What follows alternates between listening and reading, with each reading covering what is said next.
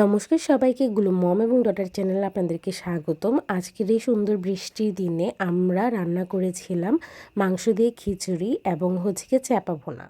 এখানে চ্যাপা, রসুন আর শুকনো মরিচ পাটায় বেটে নিয়েছে মা, সাথে পেঁয়াজ এবং কাঁঠাল বিচি কেটে নিয়েছে। একদিকে মা চ্যাপা ভুনাটা রান্না করছিল এবং অন্যদিকে আমি খিচুড়ির প্রিপারেশন নিয়ে নিচ্ছিলাম। এবার একটি কড়াইয়ের মধ্যে আমি মুগ ডালটা ভেজে নিয়েছিলাম। এই মুগ ডালটা ভালোভাবে ভাজতে হবে যেন কাঁচা গন্ধটা পুরোপুরি চলে যায়। আর অন্যদিকে মা চাল এবং মশারির ডালটা ধুয়ে দিচ্ছিল। আর এখানে আমি মাংসটাও রান্না করে নিলাম। এরপরে এখানে মশলা কেটে নিলাম খিচুড়িটা বসানোর জন্য। তেল দিয়ে তেলটা গরম হয়ে আসলে এটার মধ্যে আগে পেঁয়াজ, শুকনো মরিচ, তেজপাতা এবং রসুনটাকে ভালোভাবে ভেজে নিব।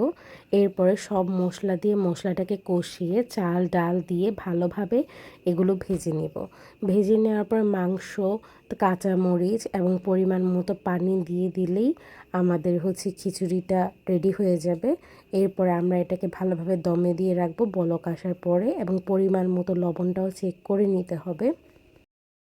আজকে খিচুড়িটা রান্না হচ্ছিল মাটির চুলায়। মাটির চুলায় এমনিতেই যে কোনো রান্না অনেক মজা হয়, আবার বৃষ্টির দিনে গরম গরম খিচুড়ি সেই স্বাদ। হাঁড়িটার নিচ দিয়ে একটি তাওয়া দিয়ে দিয়েছিল যেন নিচ দিয়ে না লেগে যায়। এই আমাদের খিচুড়ির ফাইনাল লুক। কমেন্ট করে জানাবেন দেখতে কি সুস্বাদু লাগছে নাকি না। এই তো, এরপর আমি খাবারের জন্য বেড়ে নিলাম আমার প্লেটে, সাথে সালাদ ছিল এবং কাঁচামরিচ ছিল।